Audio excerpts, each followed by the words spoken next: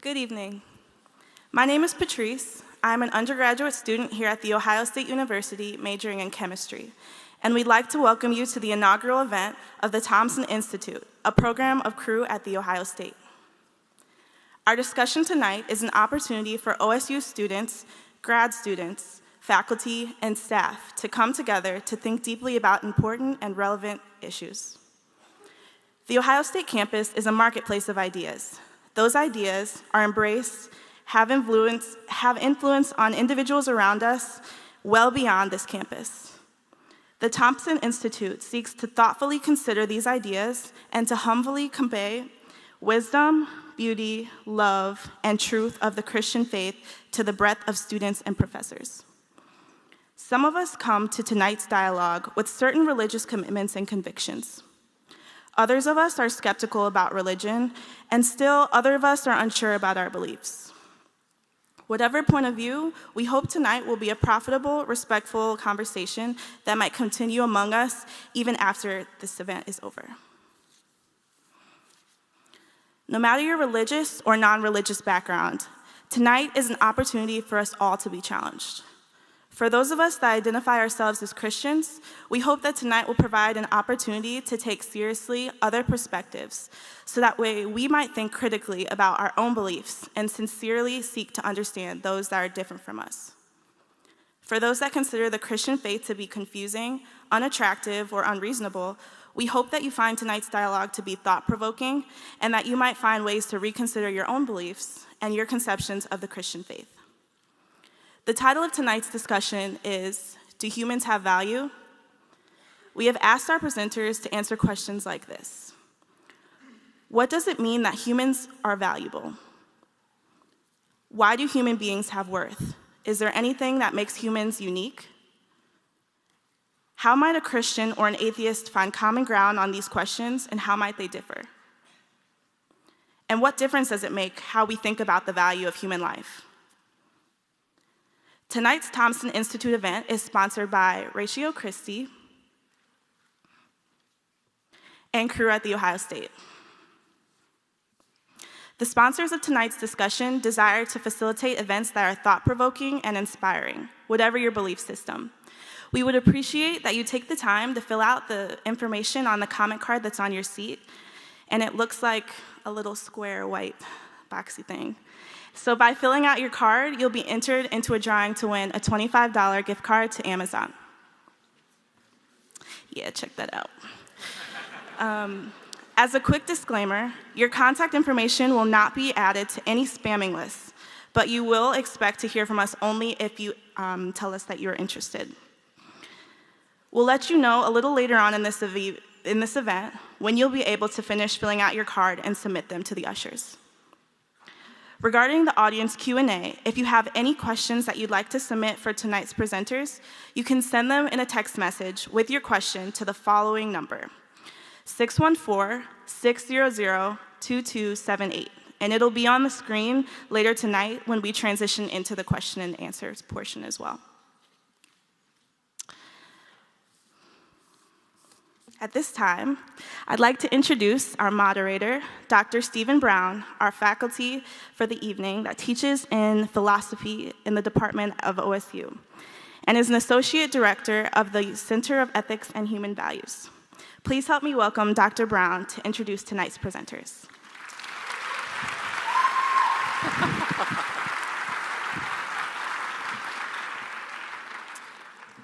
Thank you all for coming out this evening. We do have two speakers tonight, Dr. Ivana Hughes and Dr. Peter Kraft, one an atheist, the other a Christian, and we're trying to hear these different perspectives, but this shouldn't really be thought of as a debate. No one's trying to win, just sort of making it clear what the different positions are so that you can think through how that relates to you.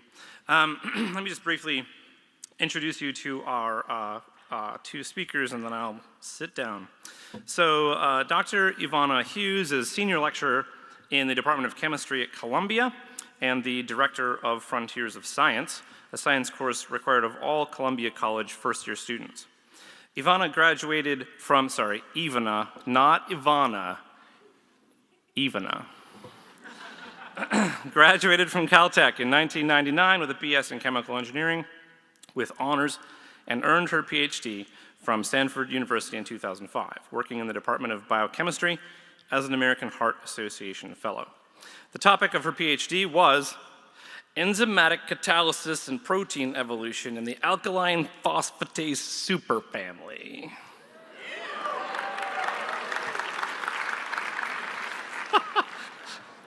Even as current research interests focus on nuclear technologies as part of the K1 project at the Center for Nuclear Studies at Columbia, her recent work has addressed radiological conditions in the Marshall Islands, the site of US nuclear weapons testing in the 40s and 50s. She speaks widely about nuclear weapons, climate change, and other science-related topics. Let us welcome her.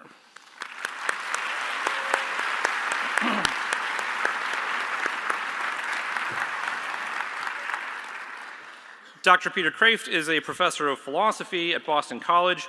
He loves his 5 grandchildren, 4 children, 1 wife, 1 cat, and 1 God.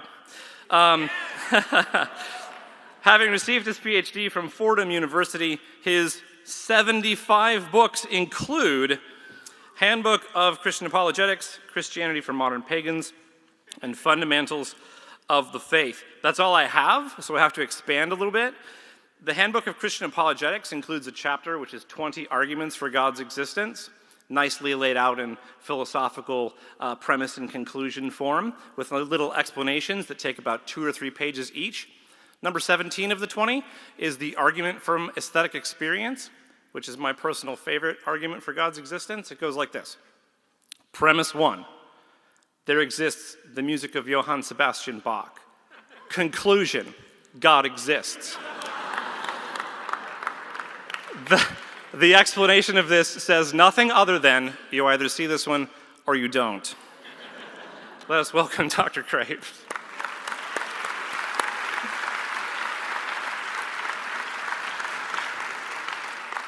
Our first presenter will be Dr. Hughes, so let's welcome her.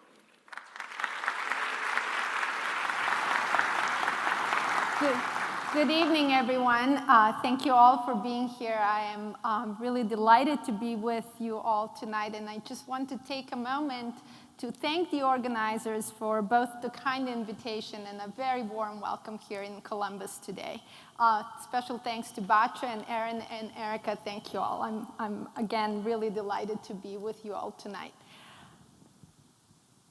As you all know, I'm speaking to you tonight as an atheist. And to put into context this worldview that I hold, I would like to begin by telling you the story of our origins as painted for us by science.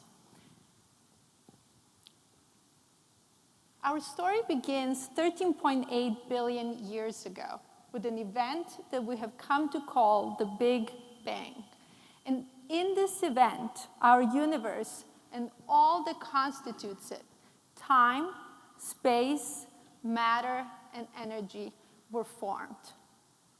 We humans, inhabitants of a small planet, orbiting a very ordinary star, inside a very ordinary galaxy, have been able to point our telescopes into the sky over the last 100 years and learn that our star, the sun, is just one of 100 billion stars in our galaxy, the Milky Way, and that our galaxy, the Milky Way, is just one of 100 billion galaxies in our universe. So what I'm showing you here, and I just realized that even though I don't have to forward the slides, I would like to use my laser pointer. So give me just 1 second. It's coming. All right. So let's see.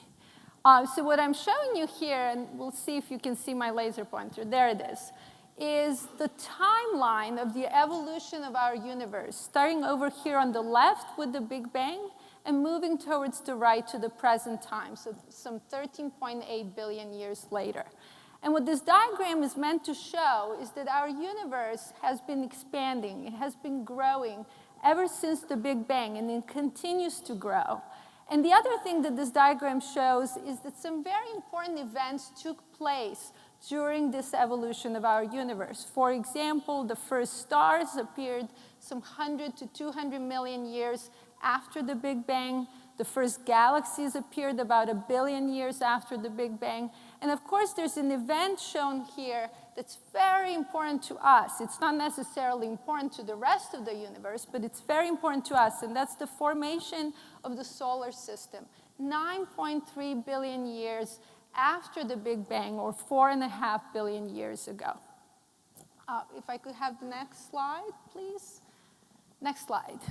Yes. So at first, our planet was very hot, and it underwent a period of instability inside the solar system, during which we got bombarded by small and large objects on a regular basis.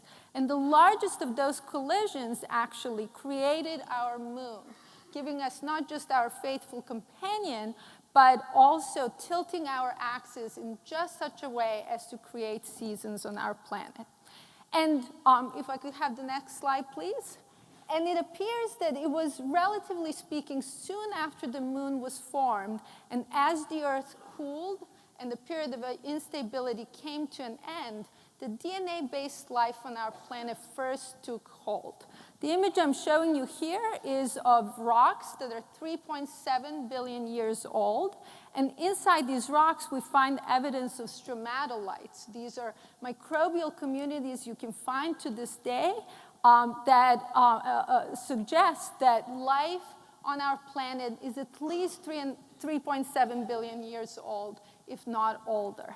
And life on our planet actually for a long time, for over 3 billion years, was really quite boring. We first had the self-replicating molecules, we had the single cells, we had the appearance of multi-cell life, and then, if I could have the next slide, please, about 540 million years ago, much more interesting things began to happen, and plants and animals of all shapes, sizes, colors, virtually came to invade every corner of our planet. And we now understand that we owe this biodiversity, tremendous biodiversity of life on the planet, to a process that Charles Darwin first described, the process of natural selection. And we also understand that everything alive today on this planet is actually related to everything else alive on this planet. The only question is how long ago they shared the last common ancestor.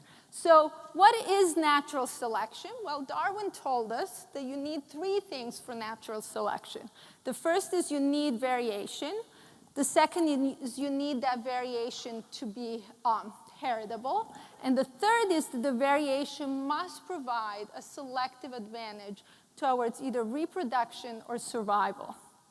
The amazing thing about Darwin's achievement is that he had no idea how the variation appeared. He just knew that you needed to have the variation appear in some way. And today, we know that this variation is a result of random mutations in our genetic material. If I could have the next slide, please.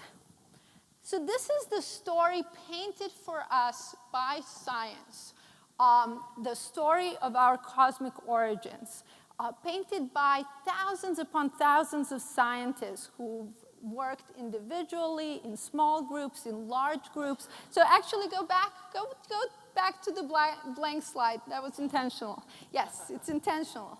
Thousands upon thousands of scientists working to figure out how the world works, and basically painting this picture for us. So here's the analogy I'm going to give you. Imagine that you were given a puzzle, and imagine that it's a puzzle with many, many, many pieces, and that actually you were not given a box, so you have no idea what picture that puzzle is supposed to represent.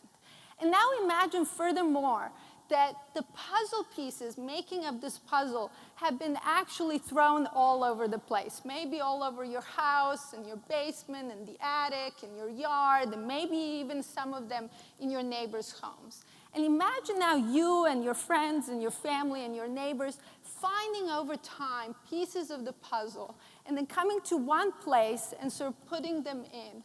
And at first, it's not even clear whether the puzzle pieces fit together, whether they even come from a single puzzle.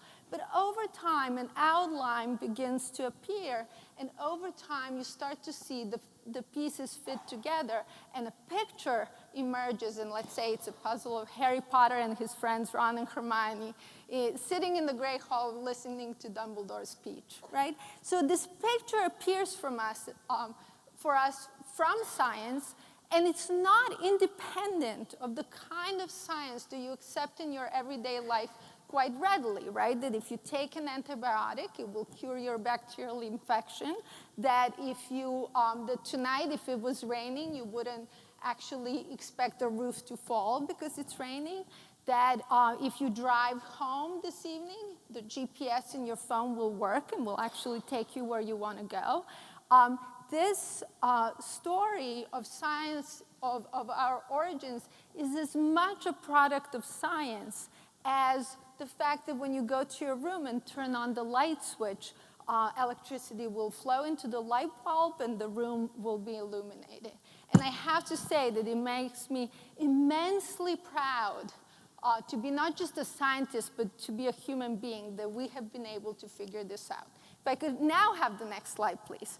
So the topic of our discussion tonight is human value. So I want to just close this off with just some last remarks about who we are as humans and where we came from.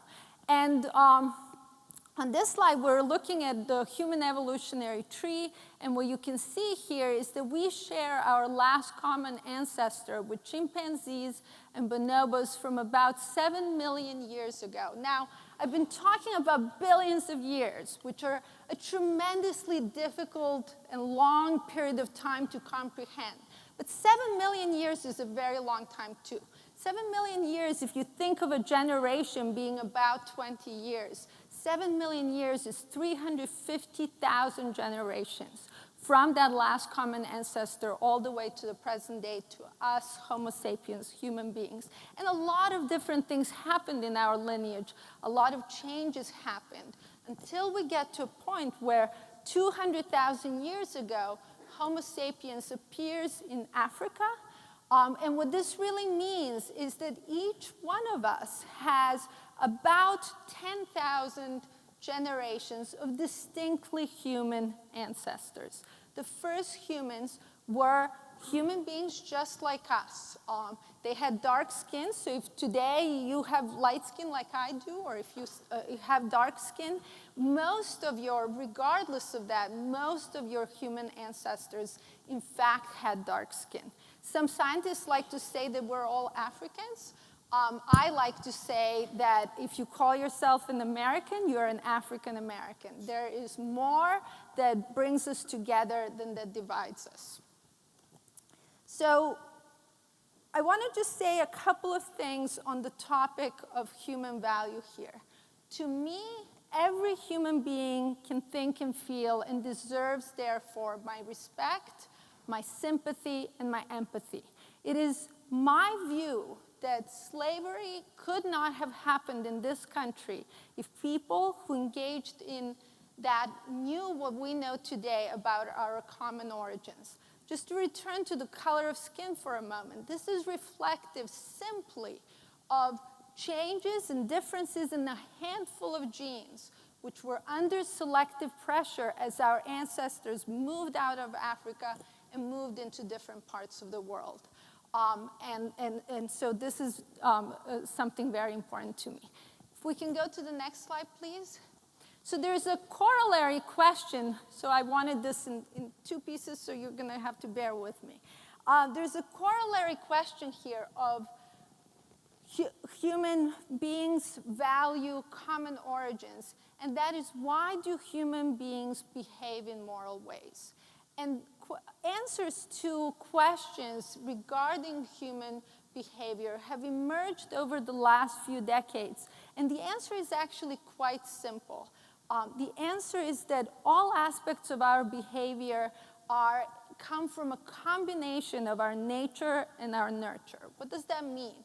It means that our genes and our environment work together to produce a specific outcome. So when it comes to behaving morally, knowing right from wrong, we can ask whether these what this has to do with our nature and what it has to do with our nurture. So I want to tell you about two types of studies that address these two different things. So the first type of study has been done most notably by a place called the Yale Infant Cognition Lab. And here's what they do. They bring in 3 to 6 to 9-month-old babies into the lab, and they play act scenarios for them using stuffed animals. And in these scenarios, one stuffed animal is the good guy, and one stuffed animal is the bad guy. And here's the outcome. The babies, the vast majority of time, choose the good guy stuffed animal. They either stare or grab the good guy, suggesting that we do not come into this world as a tabula rasa, as a blank slate, the way Aristotle may have thought we do, but that instead we actually come with some innate sense of right from wrong, and that furthermore, we have a preference for right versus wrong. The second type of study would then look into what in our upbringing might make us more moral. And so the second type of study is actually more rare, and it comes with its own caveats. But a recent study of about 1,200 children from all around the world looked at morality in kids as proxied by something like sharing stickers and a couple of other things. But what they found, they looked at children brought up religiously, they looked at children brought up non-religiously. And what they found was that there was no difference in the morality of the two groups. If anything, the group that was found to be more moral were the kids growing up non-religiously. And this study basically challenges the notion that we need to be religious in order to be moral. If I could have the next slide, and I think it's just my closing remarks. So I was asked by the organizers before the event to address the question of why it might be important for people to embrace my worldview. And what I'm going to say is that my goals for this evening are much less lofty than that. I'm, in short, not here to turn anyone into an atheist.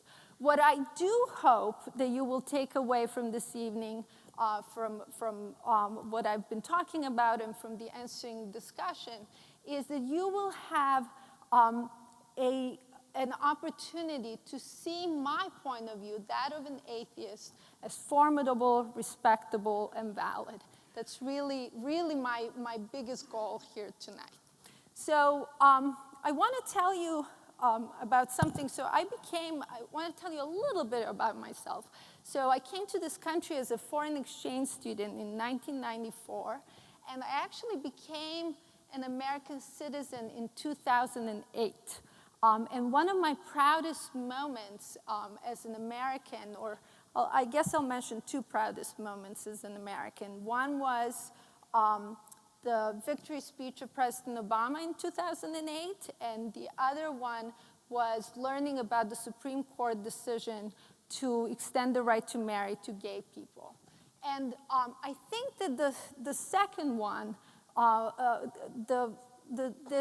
accompanying that decision was there really was a sort of shift in public opinion and how people viewed gay marriage because they had come to know a gay person or a gay couple, a friend, a neighbor, a relative, somebody around them who helped them to sort of shift their opinion. So my view and my hope here tonight is that atheists sort of have a bad name in this country.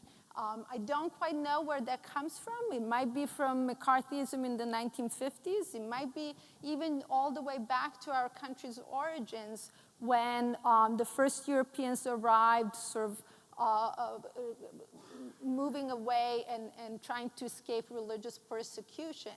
But I do know that in our country, estimates are anywhere between 3 and 30% of people do not believe in God or call themselves an atheist. However, in our Congress, there's not one single member of Congress who says that they're an atheist. So What can I conclude from those estimates and from the fact that none of our elected representatives are atheists? I can conclude that perhaps some of them lie about their professed religious beliefs. And now, maybe you are upset at the thought that our elected officials might lie. I'm actually, yeah, I know. I thought so. I'm actually not so upset knowing that they might lie. I'm more upset about the fact that they think and feel that they have to lie. So if this is anything like the decision to grant gays a right to marry, then I hope, I unfortunately cannot become a friend or a relative or a neighbor to all of you. But I do hope that after tonight, if you do hold religious views, I do hope that you will feel like you know an atheist and you really don't think there's that big of a problem with her after all. So thank you so much.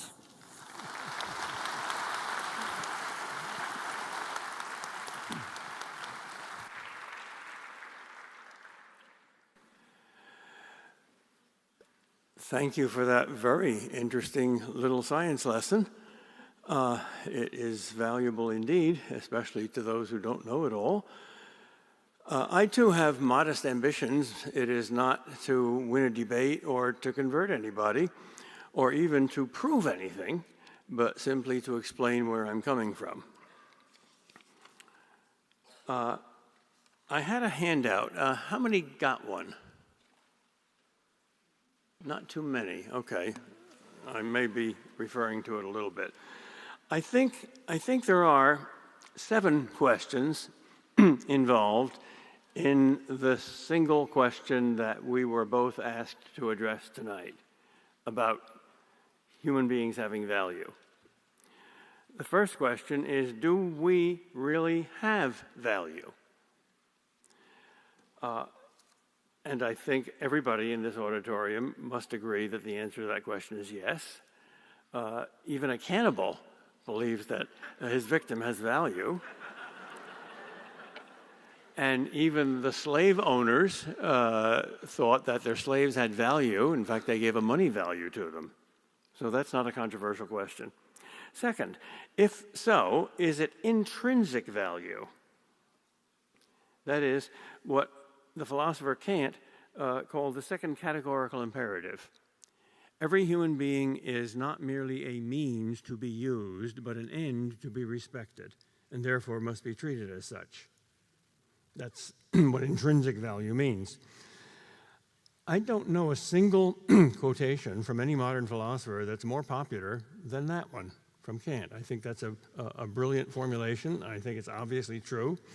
It's at the center of the United Nations Universal Declaration of Human Rights, which came out in 1948, which is one of the greatest statements of our civilization. So I suspect that we all do believe that all human beings have intrinsic value.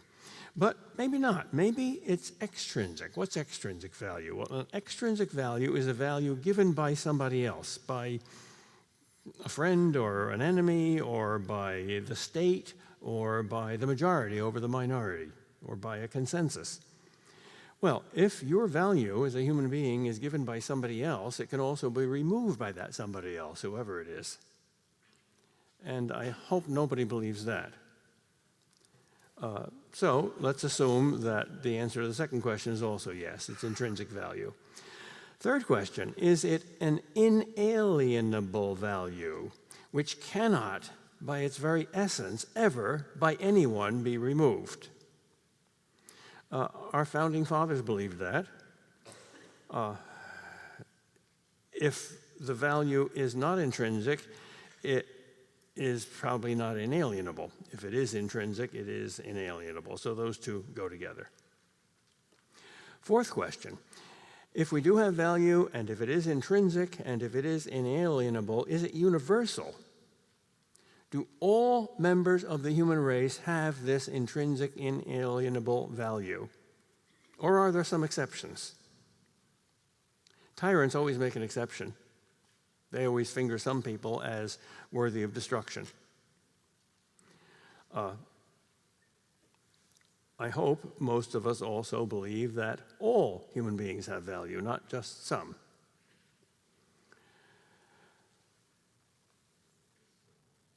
Many people in this room believe that there's one exception to that rule. At very early stages of development, many people in our society no longer believe that human beings have intrinsic value. We don't think it's right to deliberately destroy other members of our human race, but the one exception is sometimes the preborn. And sometimes also the very old and useless, the unwanted. The motive for that might be an obviously bad one. I don't want you, I hate you. The motive for that might be a very good one. You're in pain and I want to relieve your suffering, so I'm going to kill you. But I don't think that should be an exception. Let's put that in parentheses. That is not a necessary rung on the ladder of my argument, but I think it's necessary to look at. Fifth question. If we have a value, an intrinsic value, an inalienable value, and a universal value, then must there be some ground, some foundation for that value, some cause, some reason? Or does it just happen? I think one of the basic principles of science is that everything that happens must have a cause. Nothing simply pops into existence irrationally for no reason whatsoever. Very basic principle of causality. Philosophers may question it, may deny it, may subjectivize it. I think of Hume and Kant here, but I think any practicing scientist must admit that there has to be a real either cause in time or foundation in the present. This podium stands up only because it's standing on a stage, and the stage stands up only because it's on the ground. That's a metaphor, of course, that's an image. But by a foundation, you mean a real reason that you can also know about. So it's a metaphysical reason and a psychological reason or a logical reason.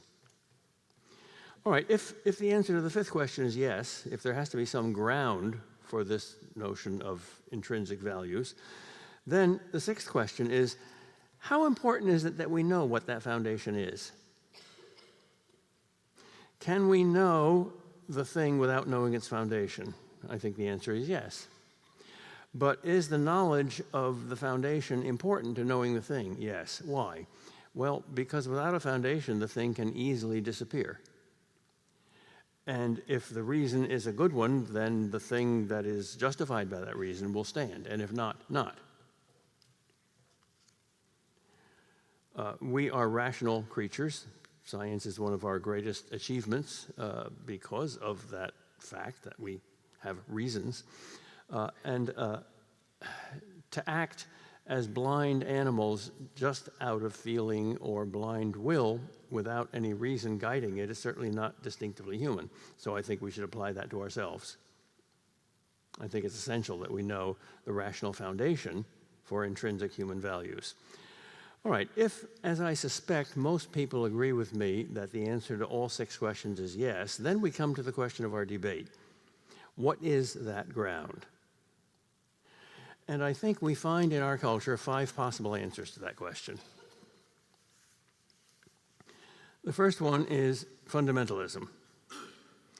And that's usually associated with Islamic fundamentalism, although not all Muslims are fundamentalists, but that's the main line of Muslim Asharite theology. It is simply the will of Allah and nothing else that is the ground of everything, including whether humans have value. That seems to me something like a kind of supernatural totalitarianism, with God as the tyrant. Blind will rather than reason is the source of our value. William of Ockham, towards the end of the Middle Ages, took that position. He said, if God willed you to hate your neighbor, then hate would be good, and love would be evil. And if God willed that human beings did not have value, then you wouldn't have any value. I think that's a terrible position. That really denies that we have intrinsic value. Whether it's the tyrant on earth or the tyrant in heaven who demands that he determine truth and determine value, in any case, that's a kind of tyranny. So I don't believe that answer is adequate. Answer number 2 would be a kind of natural totalitarianism rather than a supernatural totalitarianism. And we've seen 2 of these in the 20th century, communism and fascism, international socialism and national socialism. They're very similar. Simply for God, you substitute Hitler or Stalin or the party. But there's a third kind of totalitarianism, which Alexis de Tocqueville warned us against in the best book ever written about democracy, called Democracy in America. He said there's hard totalitarianism and soft totalitarianism. Soft totalitarianism is nice. It's respectable.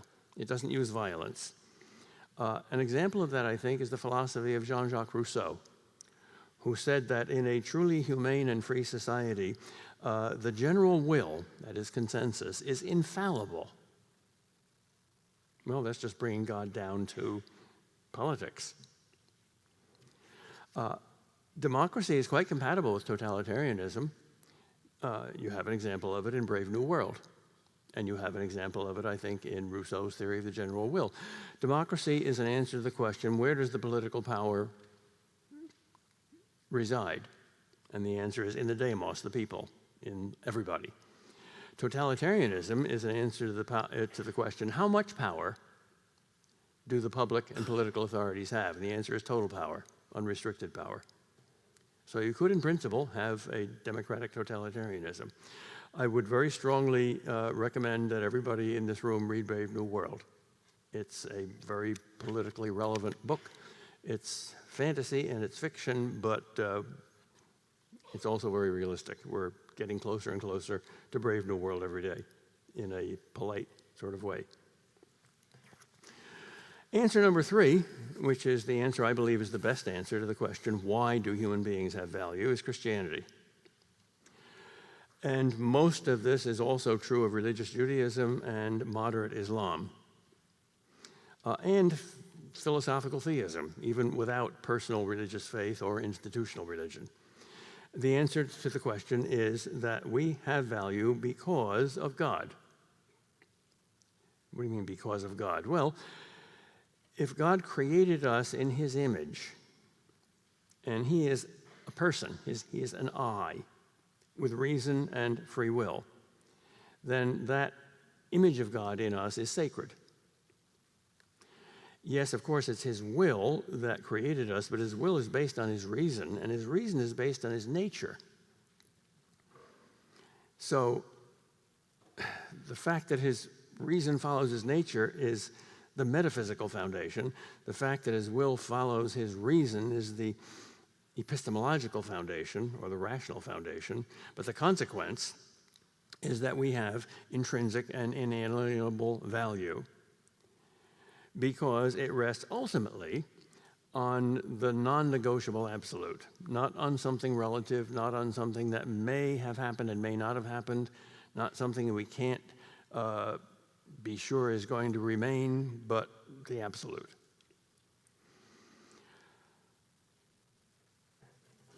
If you have a copy of my little one-page handout here, you'll see that among the 5 answers, Christianity is the only one that answers yes to all the questions.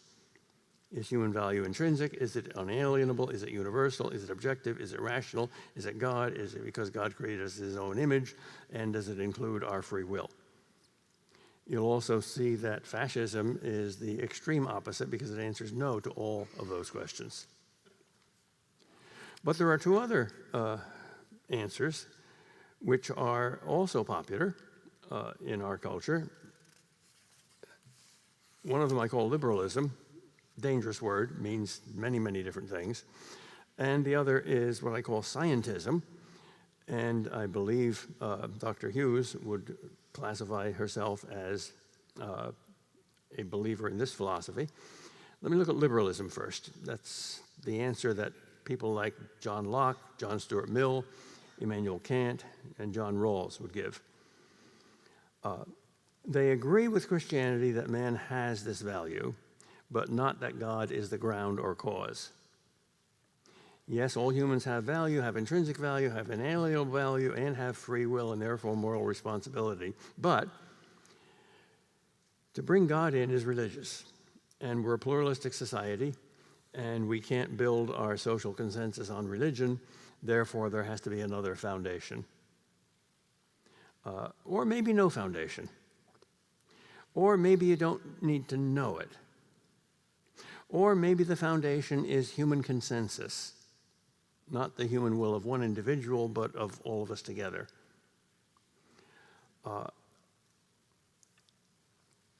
Well, that's not a wholly wrong philosophy, because it at least affirms the effect, intrinsic human values. But I don't think it has the right cause. I don't think it has an adequate cause. Can you know the effect without the cause? Of course. Do you have to be religious to know science? Of course not. You can be a perfectly good scientist and be an atheist. We have an example right here. Even if God created the universe, you don't have to know God in order to know the universe. Just as in order to understand one of my books, you don't have to know me. This is also true about moral values. There are certain things, in the words of Professor J. Budjushevsky, that we can't not know. And one of those things is right and wrong. There is right and wrong. It's right to be right. It's wrong to be wrong. Do good, avoid evil. We can't not know that. We can't rip out our moral motherboard, wherever it came from. So that's true whether it came from God or not. So you can know science and you can know morality without knowing God as the ultimate foundation. But I'm going to argue that God is the only adequate ultimate foundation, and that there has to be an absolute or an ultimate foundation, that relative foundations are not sufficient. Now, answer number 5, which is what we're going to argue about. I call it scientism. Scientism is an epistemology, a theory of knowledge. And it says essentially that the only knowledge that's totally reliable, that we can be quite certain of, is scientific knowledge. That the scientific method is the only adequate or reliable method for knowing objective truth. That's the epistemology. If that's correct, then I think materialism naturally follows from that as a metaphysic, because you can't use the scientific method to answer questions about spiritual things, like religion, or for that matter, morality. What color is morality? What mass does it have? What experiments can you use to determine not merely how people will in fact behave, you can do that, but how they should behave? Should doesn't have an empirical or quantitative measurement, although behavior does.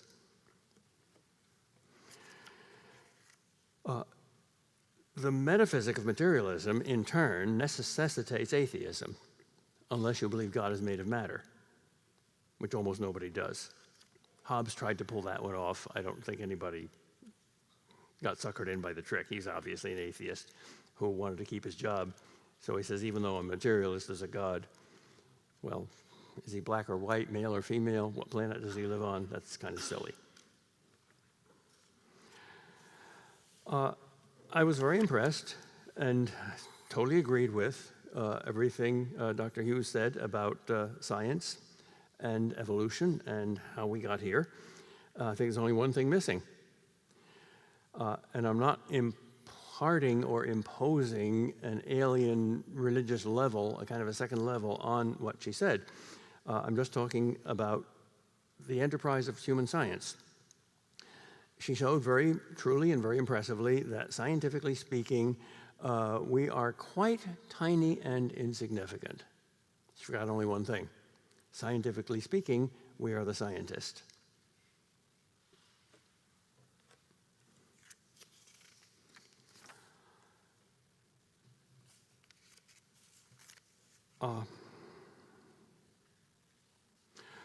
Why do you need something like God, some absolute good, to base human values on? Because all other values are relative and negotiable. Because if there's no transcendent absolute ground for our value, then that value will eventually be denied and trashed by somebody, and even more importantly, without guilt. We all trash each other. Nobody here is a saint, but we have guilt. And guilt, like pain, makes us move in the right direction. But if there's no absolute moral law, if morality is just feeling or consensus, if the whole thing is relative, then there's no real right or wrong. There's no real value or disvalue. It's just what we will, what we choose, what we feel. And if we feel differently tomorrow, then their values will be differently tomorrow. Our values can't depend on us. I remember the Clarence Thomas confirmation hearings many years ago. Most of you are not old enough to remember it, but you may know it from your history books. What fascinated me was that the three senators, all very intelligent men who were questioning him, were focusing on the fact that he based his opposition to racism and discrimination on natural law and on our founding fathers and the Declaration of Independence, which asserts three intrinsic natural rights: life, liberty, and the pursuit of happiness, which was originally property. And they said, you mean it's not just the law of the state? There's some higher law that you're going to bring in? And he said, yes. And they were scandalized by that. And I was very surprised that they were scandalized by that. The fact that he was faithful to the foundation of our whole society, the notion that all human beings have these intrinsic rights, it scared me. The whole issue about Anita Hill that came in later was a distraction. The real philosophical issue is, do you base positive law, that is human law, on a higher law, a natural law? Do you judge human laws by a higher law? If not, there are no bad human laws. And your only argument against fascism and against Hitler was, I don't like it, and I'm going to beat you in war. Hegel made that very clear. He also did not believe in natural law, and therefore he thought that war was the necessary means of resolving all international disputes, because there couldn't be any consensus, any universal agreement, because there's no higher law than the law of nations. Well, that's the recipe for totalitarianism and for perpetual war. So I think that without some transcendent and absolute ground for value, we're in for a very difficult winter. What you find in Christianity is the strongest possible reason for total respect for all human beings, gays and straight, Republicans and Democrats, male and female, useless and useful, handicapped and non-handicapped, namely that we are all created in the image of God. We are all persons, I's, because that's God's name, I am.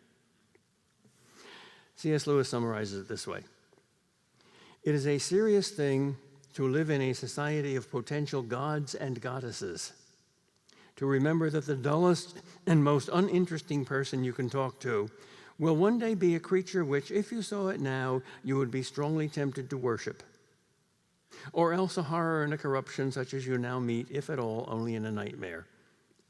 All day long, we are, in some degree, helping each other to one or the other of these destinies. It is in the light of these overwhelming possibilities, it is with the awe and circumspection proper to them, that we should conduct all our doings with one another, all our friendships, our loves, our plays, our politics. There are no ordinary people. You have never talked to a mere mortal. Nations, cultures, arts, civilizations, these are mortal. And their life is to ours as the life of a gnat. But it is immortals whom we joke with, work with, marry, snub, and exploit. Immortal horrors or everlasting splendors. In other words, the surest hedge against totalitarianism is belief that there is a God and a life after death. Because in this world, you live only 70, 80, or 90 years. And your nation, your state, your civilization, your political party lasts much longer than that.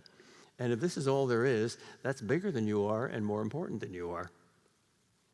But if you, like God, are a spirit, an eternal being, if you transcend materialism, then you have a value which is exponentially greater than any material value. And I think we instinctively realize that. Suppose there were two asteroids, And one of them had such wealth of diamonds and other precious jewels on it that it was twice all the wealth of all the nations in the world. And suppose on that other asteroid there was nothing but useless rock, but one astronaut was marooned on that asteroid, and we had only one rocket ship that could harness one of those asteroids and bring it back to Earth. Either the very valuable one without a human being on it, or the worthless one with a human being on it. What should we do? Obviously, we save a human being. Why? Simply because we are human beings? If we were dogs, we would save the one with the most dogs on it, right? And if we were donkeys, we'd save the one with the most donkeys on it, right? Well, that's not ethics at all. That's sheer survival. And if that's the whole story, by the way, I believe Darwin was right. I think evolution is a perfectly respectable hypothesis. But if that's the whole story, if there's nothing more than that, then the ruthless competition has no morals. Evolution is not a person with morality. And natural selection does, in fact, work.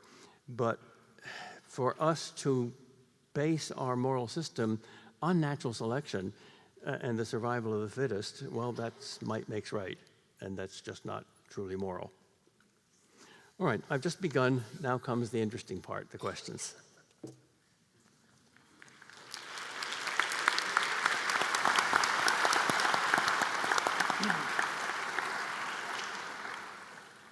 Okay, so the way this is going to work is I'm going to try to facilitate a discussion between these two, and then after about 20 minutes or so, open it up to you folk to ask some questions. So think about, write down your questions.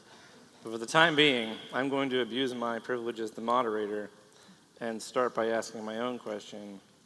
So unless I'm greatly mistaken about Dr. Hughes's view, the view that would be closest on the handout to hers would be some version of 4, because I think she's going to want to say that values are intrinsic and inalienable and universal and rational.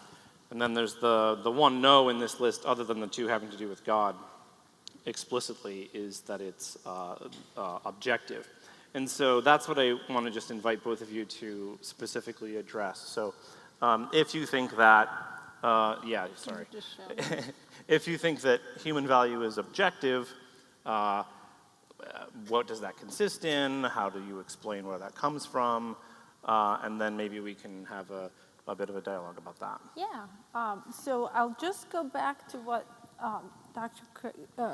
Kraft was saying about evolution in just the last remarks. Evolution is not a hypothesis, it's a theory. And the word theory, right, you might throw that word around in your everyday language, and you might say, I have a theory about my roommate, and he or she does this in the middle of the night, right? That's not a theory in the scientific sense, right? Evolution is a theory. It's not just evolution is a theory, so we can just wave it around, away. Evolution is a theory because it describes a wide range of phenomena, and there's a lot of evidence in support of it. What you can do is you can posit a hypothesis, and then you can go out to seek evidence for or against the hypothesis. And this hypothesis over time becomes a theory when each and every time that you go out and look, and we've done it. We've done it over and over and over again, and every time it comes out right. In fact, if there's anything true about science, is scientists succeed when they show that somebody before them was wrong. So if anyone would have had the incentive to show that Darwin was wrong, they would have, scientists would have done it. They would have, put forth new evidence to show that this is wrong. Now, that's one thing.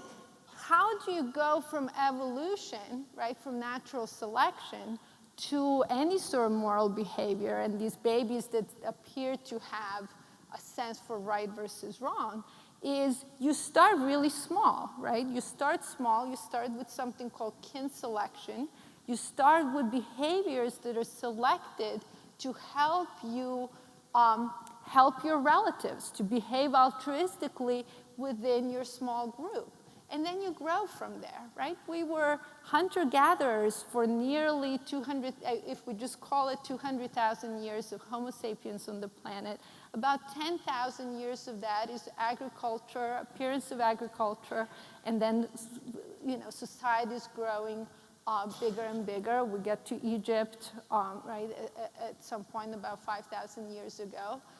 In larger and larger groups where we do need to do certain things. But until then, for a very long time, we'll live in small groups, 20, 30, 40, 100, right? Mostly consisting of relatives, of people who look like you, act like you, like the things you like. And so it's easy to set up those rules. We can definitely have selection for these sorts of social behaviors that allow us to actually get to a point where we sit in an auditorium with 1,000 people all together wanting to think and talk about things. So I don't think you can discount the fact that evolution could have pushed us forward. So are you saying that morality is sort of the human version of the herd instinct among the higher animals? I think it starts, I don't know how you go from a baby that prefers the good guy versus the bad guy to a full-grown human with a set of moral values, right? I don't know how much of that, so say in me, right? Does it come from reading literature, right, that gave me an insight into how other people think and feel? And does it come from all those things my mother told me, right? So it's a building, it's a process. It has to be a process. It comes from a lot of places, that's true. Yes. But my question is, in this gradual development, which we've all experienced from birth to where we are now, in that gradual development, is there any crossing of a line that's a difference in kind rather than a difference in degree?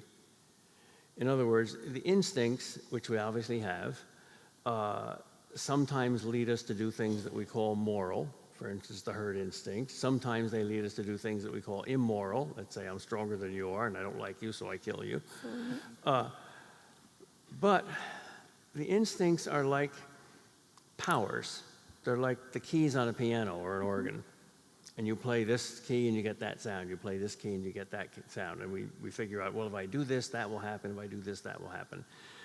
I don't think that's yet distinctively human. I think the higher animals have that. But then there's sheet music on the piano.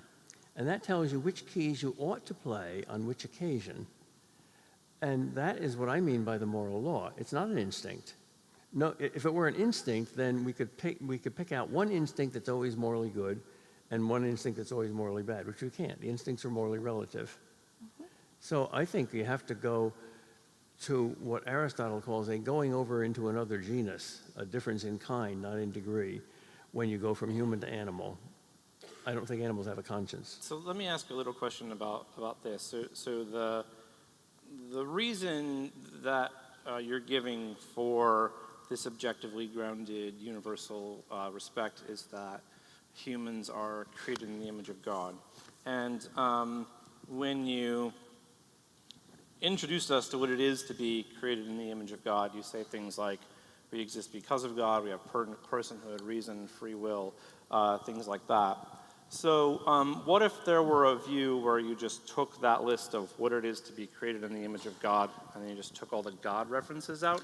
So you still have rational and free and all those sorts of things, and then just say that's the thing.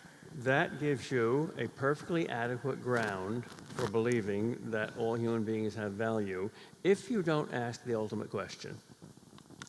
If you ask just the scientific question of facts, you're not really in the moral realm at all, the philosophical realm at all. If you ask, all right, why do we have value? And you answer, well, unlike the animals, we have reason. Unlike the animals, we have free choice. Unlike the animals, we have conscience and responsibility. That gives you a very strong human psychological ground for your belief in universal, intrinsic, inalienable human values. If you don't ask, is that all? So one can be an agnostic, I think, and be a good enough philosopher to say, yes, human beings are different in kind from animals. They have intrinsic value, animals don't. It's wrong to eat them. It's not wrong to eat animals necessarily, etc. But then if you ask the question, well, is that the ultimate ground? Is there a transcendent and eternal ground as well as an immanent and this worldly ground? Then you get into a similar question that science gets into, which it cannot answer and doesn't claim to answer. Namely, is there a Big Banger behind the Big Bang? And it seems very reasonable for me to say, well, sure. Otherwise, universes just pop into existence. Similarly, I don't think conscience just pops into existence. So I'm going to go back on script at this point and ask the first question I was supposed to ask you. So after hearing each other's presentations, is there a question that you might have for each other? So just whatever you want to ask, and then whatever you want to ask. Yeah, so I guess I want to ask about what you call the total respect for all human beings in Christianity. And I do want to ask about, so I will by no means say that I'm an expert on the Bible, but I do know enough to know that there are things in the Bible, right, where this total respect for all human beings is not necessarily there, right? So according to the Bible, I shouldn't actually be here talking to you all, right? I should be at home submitting to my husband. I have 3 kids, by the way, too. So, you know, I'm really like, you know, breaking the rules here. According to the Bible, gay love is wrong, right? According to the Bible, slavery actually is okay. No, it isn't. So, so please tell me. I guess that's where I want to be. Yeah. That's where I want to be enlightened. All right. I don't want to strongly disagree with my fundamentalist friends, but I do want to disagree with them. I don't think the Bible is always to be taken literally, and I think it's to be interpreted historically. God is a teacher, and he doesn't give adult lessons to infants. So when he first chooses a chosen people, they're very simple. And he says, hey, you know, there's good guys and bad guys, and there's justice and injustice, and you got to distinguish between these two. So sometimes you're going to have to fight aggressive wars against these evil Canaanites who are eating their own children. Well, that's a very primitive kind of morality, but I think that's the best they could do at the time. Okay. And gradually you get a deeper morality as you get the fertile ground of human consciousness, which is more mature and subtle. So I think there is a historical gradualness in divine revelation in the Bible. I don't see any verse that justifies slavery, although God did tolerate something a little bit like regulated slavery in ancient Israel, and that was a kind of toleration principle. Let me give you an example. When my son was about 4 or 5 years old, we decided that we didn't want to give him guns because we didn't want him to be violent and to romanticize murder. And then we watched him playing with the other kids. And we're in Newton, which is a pretty progressive place, and most of the kids didn't have guns, but they played gun games anyway because they had tree branches and they formed them into guns. Yeah, and they played cops and robbers. My sons invented swords. It wasn't guns, it was swords. Right. And every time I said, no, you're not getting a sword at the toy store, they found a tree branch, and those were actually more, you know, more dangerous. But I was very No, because they really could, you know, they could get poked and But and I was so on. wrong. I was an absolutist. I was trying to impose a mature morality on little kids. And my son instructed me, without meaning to, because I was listening to how he was playing cops and robbers. And the conversation went something like this. Today I'm the cop and you're the robber, so I get to shoot you. Well, okay, but tomorrow I'll be the cop and you'll be the robber and I get to shoot you. The robber never shot the cop. The cop always shot the robber. They were playing justice games. Good. Later they'll play mercy games. I think God did that too. Would you like to ask a question of her? Yeah. Do you admit that there's a possibility that there's a dimension of human life that science can't in principle touch? I do, absolutely. I do think that there are many, I would not count myself as a scientism Okay. person. I do think that science is the way to learn about the natural world. But I do think that there are other ways of knowing. I do think that there are other experiences that we may not ever be able to capture using something like Good. Then I have a follow-up question. Okay. Wouldn't reason and conscience be at least relatively supernatural? So consciousness is a big topic in neuroscience. It's a very difficult topic, and it's one that we have not gotten a handle on. Some of my neuroscientist friends would certainly say we don't understand it, and that's as far as I'm going to go. I have a hard time saying that we don't understand or think that it's not related to brain function, because what else could be there? We do know that we can put your brain to sleep and you're not going to be conscious, right? We do know that if a part of your brain gets damaged, if you have a stroke or you have some sort of that's the part, if that part does some specific function, you're not going to be able to perform that function. There are people who, for example, have a damaged or a destroyed hippocampus, and they cannot create new memories. They can go through an experience time and time again and not remember that they've gone through that experience. Suppose you could create an artificial brain which was just as complex and subtle as the human brain. Very difficult, but would that be? I think that's a very. Would that be a person with intrinsic dignity and moral responsibility? I don't think that you will be able to get there. And no, I don't think that Good. an artificial intelligence would. Good. All right. Be All right. a human, the same as a Agree human on being. that. Good. So I'm going to pose a hypothetical question. So how would your thoughts about human value change if your view about the existence of God changed? So just imagine that somehow with certainty your view about God's existence flipped. What would follow for you in how you think and act upon the concept of human value? Well, that's similar to the question, if you ceased to believe in intrinsic human values, how would your behavior change? Sure. Maybe it wouldn't.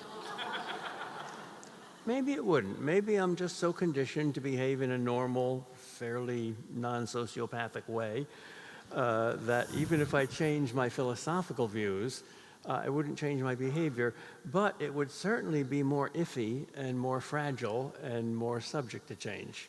All right, next step up. These philosophical views, we have a soul, we're immortal, we're rational, we have a moral conscience. That's not necessarily religious, not necessarily bringing in a God. All right, if I became an atheist and said, nope, there is no God, how would that change my philosophy? I don't know. I really don't know. I can easily conceive that my philosophical reasons are adequate to keep them in place, but I'd certainly have a lot more questions about them, and I'd feel a little skittery about them. Great. So I think for me, in terms of, so I'll follow your model and address my own behavior. I guess I'd go to church a little bit more than I do now. But other than that, I like to tell We got two honest people here. well, I do sometimes go to the Serbian Orthodox Church. For me, it's a cultural experience. It's a connecting to my roots kind of experience. So yes, I actually enjoy doing that. I just don't do it very often. I like to tell my students that I'm really boring. I don't do anything crazy out there. I raise my kids, I teach, I I mentor younger colleagues, so I don't think there's really much that would change in terms of my behavior. In terms of philosophy, I guess at some level it would be sort of reassuring that there's something out there or someone out there, or where you know, maybe they could help out with all these problems that we have in the world today. Could I add a PS to that yes. question? Yes, please. Bertrand Russell, the famous atheist, was once asked, I think he was on his deathbed, a preacher came to him and said, "Bertie, you've been a lifelong atheist. You know you could be wrong. Don't you think you'd better consider that possibility? What would happen if you died tonight, you could, and you found out that there was a God, and you met him? What would you say to him?" And Russell said, "Well, I think I should say, 'Sir, evidently you exist. Evidently I should address you with respect. But I have one wee little question. Why the hell didn't you give us more evidence?'" Yes. Yes, I have to second that very much. Very good question. But So is that exactly what you say to God, too? I think so. I think so. I think that sums it up really well. Yes. let me just ask one more question, and then we'll transition to the audience questions. So it seems likely that each of you would agree that a university like OSU should be a place where people genuinely explore different ideas and weigh the evidences for various worldviews. If we're intellectually honest people, we should be open to changing our belief systems if the merits change, if the evidence merits this change. Based on tonight, what would you challenge OSU students and faculty to do or consider going forward? This is your little call to action time. Yeah, so I guess I would just extend what I said earlier about knowing someone who does not hold the same views that you do and listening to them with respect and with an open mind. And just more generally in your interactions, really in sort of everyday life, whether it's with your parents, your friends, your romantic partners, whoever it is, just really always thinking about putting yourself in the other person's shoes. Just having that interaction of, and just the thought process of what is this person thinking? Where are they coming from in this particular conversation, in this particular moment? I think it can go a really long way towards making sure that you are doing the right things in your community. I would certainly second that. Iron sharpens iron, and dialogue is the best way of finding truth. But there's a very efficient way of doing that. Most of us aren't going to meet very brilliant people who have different ideas than we do unless we're at a university and take courses like philosophy and read a lot of books. That's right. So here's a question for Dr. Kraft. When, in the evolution of human life, did people or our genetic ancestors develop the kind of value that we're talking about, the intrinsic value? Have we and our genetic precursors always had it? I don't think it's possible in principle for science to develop lenses that are so accurate that they can pinpoint the exact moment when the first Homo sapiens appeared. But there has to be some such first moment if we are not just different in degree, but in kind. We're certainly made of animal stuff, but we're more than animals. Just as gas is made of H2O, but it's more than water. And at a certain point, there's boiling. And at 212 degrees Fahrenheit, that water takes a radically different form, and it follows different laws, Boyle's laws, instead of liquid laws. So there's got to be some such moment, but we don't know where it is. I think the Bible describes that moment in symbolic terms by God creating Adam and Eve. I don't believe that the Bible teaches that God created the bodies of Adam and Eve. In fact, it says almost the opposite. He made them, not created them, out of stuff, That seems to suggest evolution. Can I just add to that?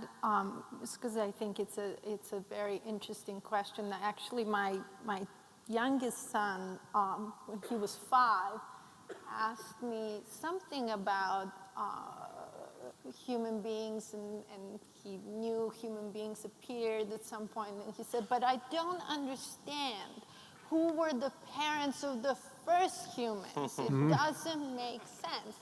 And here's the answer that I tried to give him at the time. The answer is that you right now in your life, which is going to span some, let's call it 30,000 days, right? Let's call it, 80 years or so, 30,000 days. In your life, you don't change from today until tomorrow.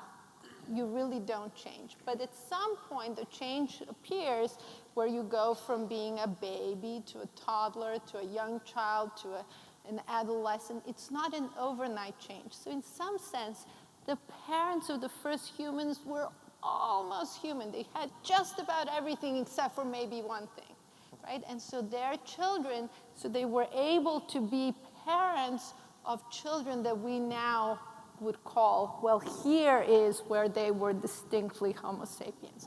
So it's this kind of gradual change, and it's hard to imagine on the time scale of these generations, but in our own life, we know, you didn't become, sort of an adult overnight. Maybe you did in terms of, turning 18 and having a right to vote or something like that. But in a sense, the day before you were 18 you weren't really all that different from the day you were in fact 18. So I just wanted to add that. Would you apply that to the relation between us and amoebas as well as between us and chimpanzees? It's just such a long time. It's absolutely, incredible to think what happened in those billions of years. The changes over such long periods of time. And with amoebas, much shorter generation times, right? I've been talking about these 20-year generation times, kind of like human being generation times. But my question is, would your gradualism deny my different in kind rather than degree distinction? No. Oh, okay. Great. Next question. So this is aimed at Dr. Hughes, but of course we are discussing them as they come up. So if science explains that humans have an innate moral compass, why are so many immoral? Can you see this? Am I reading this to you? Yes, like you're already looking at it? Yeah. I'll just know that from now on. Thank you. So why so much immorality if we have this innate moral compass? So I do think the answer goes back to nature and nurture. And I do think when I said that the babies, the vast majority of time, notice I didn't say all babies every single time. So is this a tendency? Is this a tendency that's there that we can build from? Absolutely. Does it always work? Of course not. And are there things in people's nurture that may lead them to behave in ways that we would not find acceptable? Absolutely. So I'll give you an example of one nature-nurture story that's actually quite famous. There was a family in New Zealand where they found that some huge percentage of male members of that family ended up in jail for various crimes. And so what they did was a kind of genetic study where it seemed like maybe we can learn something from this family about what makes people violent and what makes them behave criminally. And they found a gene that all of these family members seem to have a mutation compared to what most of us have. And I won't bore you with the details of what the gene is involved in. It actually has something to do with how our brains, how information is transferred in our brains. But here's the kicker. What they did is these boys were they didn't, so people at first said, this is the violent gene, okay? But you take the gene, and these boys did not just have the gene, they also had very violent childhoods, very abusive childhoods. So they said, well, let's look at other people who might have this version of a gene and see whether they're all violent, whether they're all criminals, whether they're all in prison somewhere. And they found plenty of people to do a comparison. And it turned out that the only time you actually turned out to be violent and criminal is if you had this gene plus an abusive childhood. So it was this nature plus nurture together. For all we know, and actually I'll give away a little bit of what the gene does. So in your brain, when you have neurons, and when those neurons communicate, information goes from one neuron to another in the form of what we call neurotransmitters. So basically, one neuron releases these neurotransmitter molecules. They travel to the next neuron, they bind, and they send a message. And in order for you not to be constantly sending messages from one neuron to another, you have to have enzymes. So these are like catalysts. You were using those words before. I was reading them. Come in and and basically chew up these neurotransmitters so that you're not continually sending this message. Well, these people these enzymes were mutated. So they were getting this constant reinforcement of messages. And one of my hypotheses is that maybe Mozart had this gene where, he was exposed to music. So this isn't a violent gene. This is a gene that interacts with your environment in a way that leads to a particular outcome. So don't reply. Yes. Because next question is just the same question for you. If Christianity is the best foundation for intrinsic human value, why have Christians treated so many human beings as valueless? So, well, given your view, my answer is the one thing that Dr. Hughes did not mention. Obviously, nature and nurture combine to influence us very profoundly. But I think there's a third factor, namely free choice. If there isn't, then we're just very complicated robots. But then why do we treat each other as if we're not? When the Coke machine refuses to deliver a Coke, we don't preach to it and tell it to go to church. We kick it. So specifically, though, like the thing about... We're bad because we want to be. We make free choices. We make bad choices. Even Christians? Oh, yes. In fact, we specialize in it. All right, next slide. So this one's for you. Science explains how we're here, but not necessarily why. Do you believe there's a reason why we exist? No, I do not believe that there's a reason why we exist. I do actually believe that we got here and that we should be tremendously grateful that we are here. I do believe that you can call it a miracle, but I do think that it's a cosmic miracle, and I don't think that there has to be a reason for the universe to exist, for the stars to, stars had to die so you could be here, right?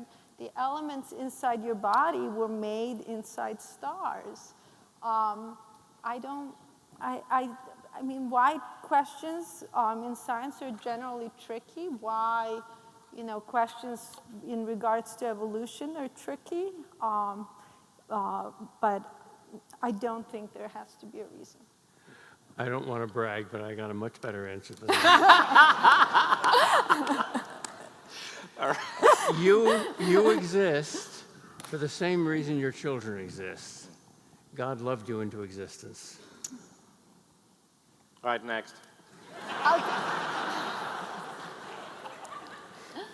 I really like this question. So, how is such an uncertain foundation, that of a God we can't know for sure exists, sufficient to make sure our conception of human value is preserved? So, for instance, that the claim that you've been making is the way you get this deep objectivity is by there being a God. And only because there's a God can we kind of make sure that morality doesn't slide around all over the place. But that's the kind of metaphysical claim, what there is. But this is the epistemic claim. What if we don't know that there's a God? Even if there is one, how is that going to relate to, how is that going to lock our human values into place? Well, you can't know that there's a God unless there is a God. You can't know what isn't. So metaphysically, it's the existence of God that's the foundation. Epistemically, it's your knowledge of God that's the foundation. Now, how do you know God? In many ways. Most people don't start with proof. Most people start with a kind of instinct. Even Freud admitted, as an atheist, that religion was a natural instinct.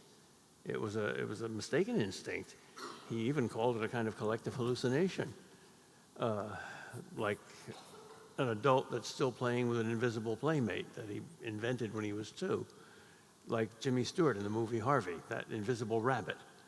Well, Jimmy's a nice person, but he's nuts, because this invisible rabbit was the most important thing in his life. And if God doesn't exist, then religious people are, as Freud says, nuts. They're crazy. They're insane. So this is one of the reasons I'm not an atheist. I don't want to be a snob and believe that 99% of all the human beings in history have been insane. Would you like to reply? There are exceptions. Well, I guess I would. I think that atheists, including myself, do not believe in God because there's no evidence of God's existence. Now, you could say, well, but you didn't prove that there is no God, so how could you not believe that there is a God? And I'll quote Bertrand Russell again, right? So he had the famous teapot, right, that's orbiting. He said, what if I posit that there's a teapot orbiting around the sun, and you can't prove that it isn't there? Just because you can't prove that it isn't there doesn't mean it is there. And so that would be my... Well, I've read some very good arguments by atheists. Have you read some very good arguments by theists? I mean, you gave a bad one, which is indeed a bad one. No, I have a hard time with most of the theist arguments. Well, you might start with the Summa Theologica. It's only 4,000 pages long. Yeah, no, I don't have a hard time with more deist arguments. Oh. Just because, I like to think, and it's kind of fun to think about, are we in a simulation? Is it another super advanced civilization from outside of this universe that got this universe started and said, let's watch what happens. Let's see where they're going to get to, right? But that's very different from saying that there is a creator who created this universe with 100 billion galaxies, I'll repeat myself, and 100 billion stars in each galaxy, and then he cares about what I eat on Friday. That, to me, is the essential problem. Haven't you read Dr. Seuss's book, Horton Hears a Who? A person is a person no matter how small. Go read your Dr. Seuss after this. That'll be our last question. There are apparently cookies out there, if you like cookies. If you like these people, they'll also be out there, so you can talk to them. There are a lot of you, though, so if you want to talk to them, please keep it brief. Bye. Thanks you for coming out.